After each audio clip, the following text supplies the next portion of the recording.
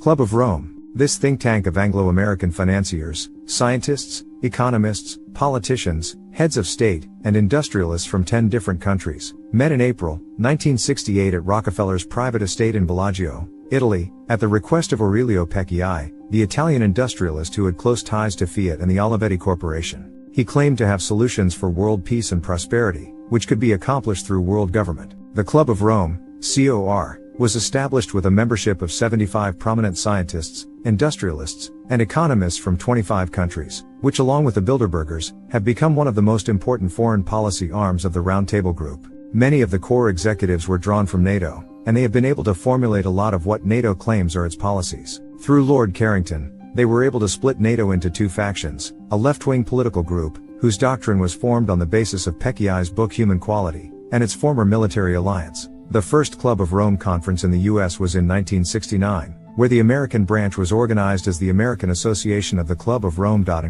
Among its members were Norman Cousins, honorary chairman of Planetary Citizens, John Naisbitt, author of Megatrends, Amory Lovins, a speaker at Windstar, John Denver's New Age Center in Snowmass, Colorado, Betty Friedan, founding president of NOW, the National Organization of Women, Jean Houston and Hazel Henderson, New Age authors and speakers, Robert O. Anderson and Harlan B. Cleveland, CFR members and part of the Aspen Institute for Humanistic Studies, Senator Claiborne Pell, D. Ree, and Representative Frank M. Potter, staff director of the House Subcommittee on Energy. Their first book, called The Limits to Growth, was published in 1972, and described their vision for the world. We believe in fact that the need will quickly become evident for social innovation to match technical change, for radical reform of the institutions and political processes at all levels, including the highest, that of world polity. And since intellectual enlightenment is without effect if it is not also political, the Club of Rome also will encourage the creation of a world forum where statesmen, policymakers, and scientists can discuss the dangers and hopes for the future global system without the constraints of formal intergovernmental negotiation.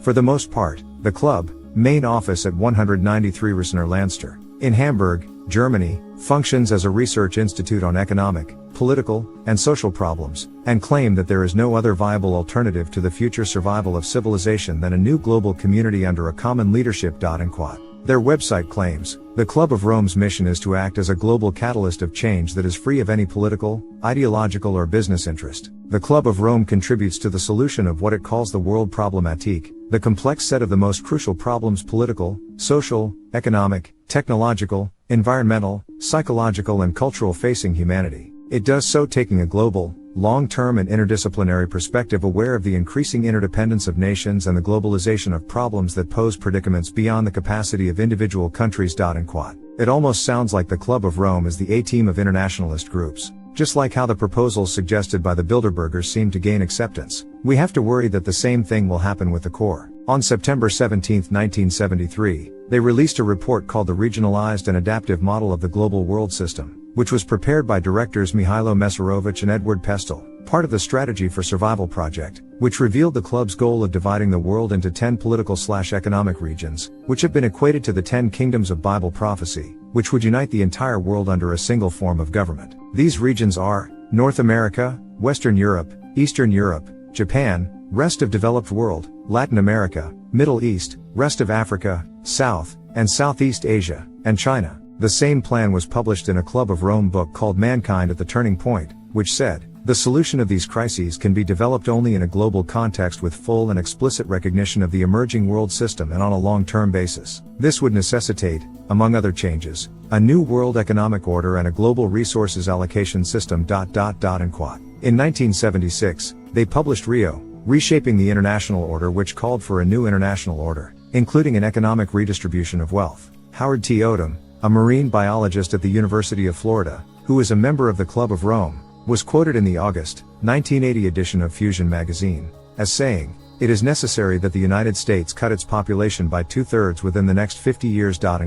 He didn't say how this would be accomplished. Their 1972 book, The Limits to Growth, which sold 12 million copies in 27 languages, dealt with the problem of worldwide overpopulation, and stated that if the world's consumption patterns and population growth continued at the same high rates of the time, the Earth would strike its limits within a century. During the Carter administration, a task force was appointed to expand upon this report, and on July 24, 1980, a 2-volume document called Global 2000 Report, which had been written by former Secretary of State Cyrus R. Vance, was presented to President Carter, and then Secretary of State Edmund S. Muskie. It attempted to project global economic trends for the next 20 years, and indicated that the resources of the planet were not sufficient enough to support the expected dramatic increase in the world population. The report called for the population of the U.S. to be reduced by 100 million people by the year 2050. About 6 months later, the Council on Environmental Quality made recommendations based on the report, called Global Future, A Time to Act.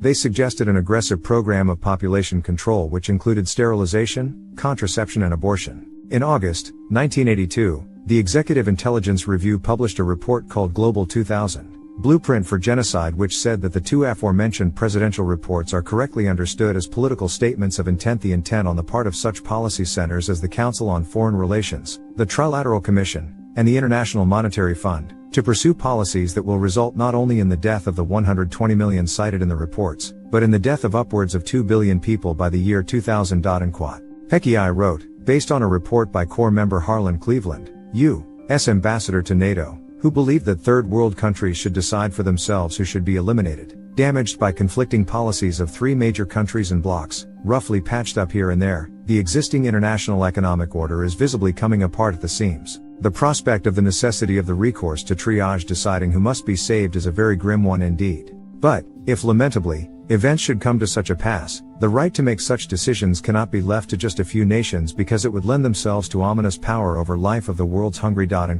Throughout the world, the Club of Rome has indicated that genocide should be used to eliminate people who they refer to as useless eaters. This would be accomplished by using limited wars in advanced countries, and even a limited nuclear strike at a strategic location, as well as starvation through created famines and diseases in third world countries. In the 1976 novel Ceremony of the Innocent by Taylor Caldwell, she effectively explains the rationale behind their actions. There will be no peace in the tormented world, only a programmed and systematic series of wars and calamities until the plotters have gained their objective, an exhausted world willing to submit to a planned Marxist economy and total and meek enslavement in the name of peace. Have their plans for genocide already started? AIDS, acquired immunodeficiency syndrome, has become a plague in our society, spreading to 91 nations. In the early 1990s, the U.S. News and World Report stated, if there is not a cure for AIDS within the next 13 years, tens of millions will die.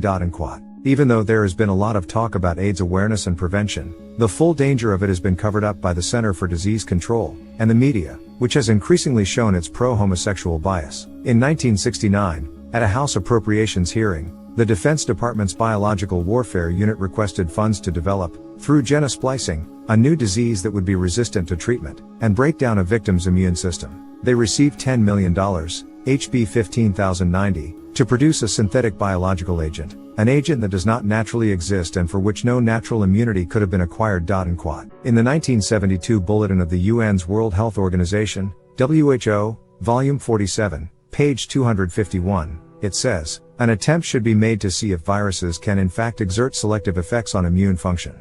The possibility should be looked into that the immune response to the virus itself may be impaired if the inflicting virus damages, more or less selectively, the cell responding to the virus. This sounds like the AIDS virus, so why is it being discussed by a health organization? Derivatives from sheep and cattle have been commonly used to manufacture vaccines. However, certain viruses common to these animals can interact indefinitely, forming a new strain of deadly viruses called retroviruses. In 1974, the National Academy of Sciences recommended that scientists throughout the world join with members of this committee in voluntarily deferring experiments, linking animal viruses. Dr. Robert Strecker, a practicing gastroenterologist, with a PhD in pharmacology, who was hired as a consultant to work on a healthcare proposal for Security Pacific Bank, said, I don't think there is any doubt that AIDS is a man-made problem. The question is whether it was created either accidentally or intentionally. I believe the AIDS virus was requested, predicted, produced, and deployed. The most common theory about the origin of AIDS was that it came from green monkeys in Africa. Yet several virologists have said that the AIDS virus does not occur naturally in any animal. Besides, it would have been statistically impossible to reach the point we are at now, just from a single episode. If the AIDS virus had originated with the monkeys, then the disease would have surfaced with the pygmies, who are closer to them, and used them as a food source. Yet, it appeared first in the cities. Further damaging evidence comes from the fact that AIDS practically occurred simultaneously in the United States, Haiti, Brazil, and Central Africa. Strecker's research indicated that the AIDS virus, codenamed Naomi, was developed by the Frederick Cancer Research Facility of the National Cancer Institute, in cooperation with the WHO, in their laboratories at Fort Detrick, Maryland, which until 1969 was part of the U.S. Army's Germ Warfare Unit, known as the Army Infectious Disease Unit, or Special Operations Division, by combining bovine, cow, leukemia virus and Visna, sheep, virus, and injecting them into human tissue cultures. The bovine leukemia virus is lethal to cows, but not to humans, and the Visna virus is deadly to sheep, but not to man. However, when combined, they produce a retrovirus that can change the genetic composition of the cells that they enter. He said, if one analyzes the genes of the human AIDS virus and the genes of the bovine leukemia virus of cattle and the Visna virus of sheep, and compares them, the genes appear related. How is it possible that the bovine Visna virus, which looks like AIDS and produces an AIDS-like disease, and which produced pneumocystis carinii pneumonia in chimpanzees in 1972 has not been analyzed and compared with AIDS, until 1987 when characterization and molecular cloning of bovine LANT, Latin for slow, virus related to human immunodeficiency virus was published in Nature magazine. Matthew Gonda, the author, described a virus that looks like AIDS, named bovine Visna virus, and suggested that it was most closely related to AIDS and may well be its precursor. On August 11, 1988, Ted Strecker, Dr. Strecker's brother, was found shot to death in his home in Springfield, Missouri. His death was ruled a suicide. On September 22, 1988, Illinois State Representative Douglas Huff of Chicago was found dead in his home. The autopsy revealed that he died of a stroke as a result of an overdose of cocaine and heroin. Rep. Huff just happened to be a very vocal supporter of Dr. Strecker's work to publicize the AIDS cover-up. Coincidence or conspiracy? There was a vaccination program for smallpox in Africa by the WHO. Some researchers believe that the smallpox vaccination program in 1972 was used to introduce the virus into the population. On May 11, 1987, the London Times ran an article called Smallpox Vaccine Triggered AIDS Virus, written by science editor Pierce Wright, who linked the mass vaccination program of the World Health Organization in the 1970s to the outbreak of AIDS, because Central Africa was the focus of the program, and they have become the most affected area in the world. Though in Africa, AIDS is generally regarded as a heterosexual disease, in the United States, it has the stigma of being a gay disease. Prior to 1978, there was no sign of the AIDS virus here, yet in 1978, the killer disease struck with a vengeance within the homosexual community. The evidence points to the introduction of an experimental hepatitis B vaccine. In 1969, Dr. W. Schmuner, a Polish physician, who was educated in Russia, came to the United States, where he became head of the New York City Blood Bank. He set up guidelines for a hepatitis vaccine study, and only promiscuous males between the ages of 20 and 40 were included in the study, which has led some to believe that this was how the virus was introduced into the gay population. In 1978, more than 1,000 non-monogamous gay adult males received an experimental vaccination against hepatitis B, which was sponsored by the National Institute of Health and the Center for Disease Control. With the hepatitis vaccine, which is not produced from a human tissue culture, it is impossible to have an accidental contamination, which seems to indicate that the AIDS virus was intentionally put in the vaccine. In 1981, the Center for Disease Control reported that 6% of those receiving the hepatitis vaccine were infected with AIDS, but in 1984, they admitted that it was actually 64%. These hepatitis vaccine studies are now in the possession of the Justice Department in Washington, D.C. To allow the disease to become entrenched within the population, various facts were covered up and glossed over. A great deal of emphasis had been put on the prime cause of AIDS infection, being the exchange of body fluid, through sexual activity and intravenous drug use, which has brought a campaign for the importance of using clean, unused needles, and condoms. The use of a condom does not guarantee protection against the transmission of the AIDS virus. All it takes is one AIDS virion, a complete virus particle with its outer coat intact, and the smallest sperm is 500 times larger than one such virion. In addition, the quality of condoms have become highly suspect, since failure rates of 30 to 50% have been reported. The risk of casual contact has been played down when in fact AIDS is a highly contagious disease which demands that a quarantine be placed on those who suffer from the disease. Rather than treat the disease as the epidemic it is, the government has concerned itself with giving AIDS carriers more rights and more exposure to the general population. There is concrete medical evidence that indicates that the virus can survive up to 7 days on a dry petri dish, and up to 15 days, in an aqueous, wet, environment. This raises the question, what would happen if an AIDS carrier would sneeze into a punch bowl or a salad bowl? It can incubate 10 to 15 years before causing any noticeable signs of illness, which means that sexual relations exposes you to every sexual contact your partner has had in that period of time. A February 1985 report in the British medical journal Lancet said, "There is little evidence for homosexual activity among African AIDS patients, and it appears to be transmitted through heterosexual contact or exposure to blood through insect bites." On September 9, 1985, a research team of researchers from the National Cancer Institute, the Laboratory of Tumor Cell Biology and the Institute of Tropical Medicine, said that human retroviruses could be transmitted by mosquitoes or within the parasite itself. In a report published in the October 1981 issue of Science, Boston hematologist Dr. Jerome Groopman and researchers with the National Institute of Health said that recovery of the AIDS virus from saliva suggests that direct contact with this body fluid should be avoided. On January 11, 1985, the Center for Disease Control reported, "There is a risk of infecting others by exposure of others through oral genital contact or intimate kissing, French kissing." Dr. Richard Restak, a Washington neurologist, made this statement. At this point, live AIDS virus has been isolated from blood, semen, serum, saliva, urine and now tears. If the virus exists in these fluids, the better part of wisdom dictates that we assume the possibility that it can also be transmitted by these routes. It seems reasonable, therefore, that AIDS victims should not donate blood or blood products, should not contribute to semen banks, should not donate tissues or organs to organ banks, should not work as dental or medical technicians, and should probably not be employed as food handlers. Professor William Hazeltine of the Harvard Medical School, in a presentation to a university audience, said that anyone who tells you categorically that AIDS is not contracted by saliva is not telling you the truth. AIDS may in fact be transmissible by tears, saliva, bodily fluids, and mosquito bites. AIDS is an epidemic that will not be stopped. The scientists that created this deadly virus have created a virus that multiplies 100 times faster than influenza. There are more than 180 different AIDS viruses, and 300 strains, which makes blood testing meaningless. The virus is constantly mutating, which makes it impossible to develop a general vaccine that would be effective with everyone. Quite simply, AIDS is a worldwide, modern-day plague, and every year, the number of those affected increases drastically. In the March 1987 issue of Vanity Fair, Dr. William Grace, chief of oncology at St. Vincent's Hospital in New York, is quoted as saying, "I think AIDS is going to devastate the American medical system." Besides not being able to combat it medically, the disease will progress to being an economic drain, especially if national health care is instituted.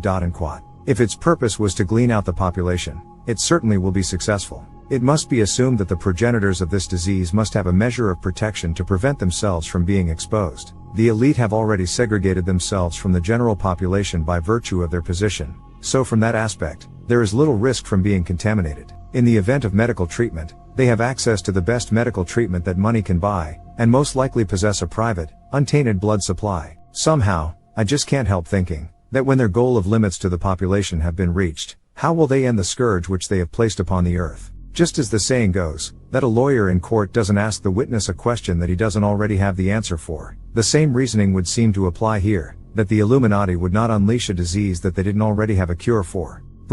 R.G. Stair, a well-known radio evangelist, had received an anonymous letter which seemed to confirm this theory. The writer claimed to be a molecular biologist who worked in the same laboratory with Dr. Robert C. Gallo, the molecular biologist noted for his involvement in the co-discovery of the AIDS virus. The writer claimed that there is an AIDS vaccine that is now available, and that 500 million doses have been produced and is now available. Now the bombshell. The writer accidentally discovered that Gallo had actually created the AIDS virus, and found a couple letters in his office, from high government officials which mention the New World Order. In 1961, in a Lytton Bionetics laboratory, who was working with the Navy's Biomedical Research Laboratory, in association with the University of California, retroviral experiments with African green monkeys and human T-cell leukemia were being conducted under the auspices of the National Institute of Health. Contract #SVCPPR number 8 NIH number 71 to 2025. It consisted of taking monkey viruses that were harmless to humans, recombine them with DNA, RNA and enzymes from other animal viruses that were known to cause leukemias, lymphomas, and sarcomas, then got them to jump species,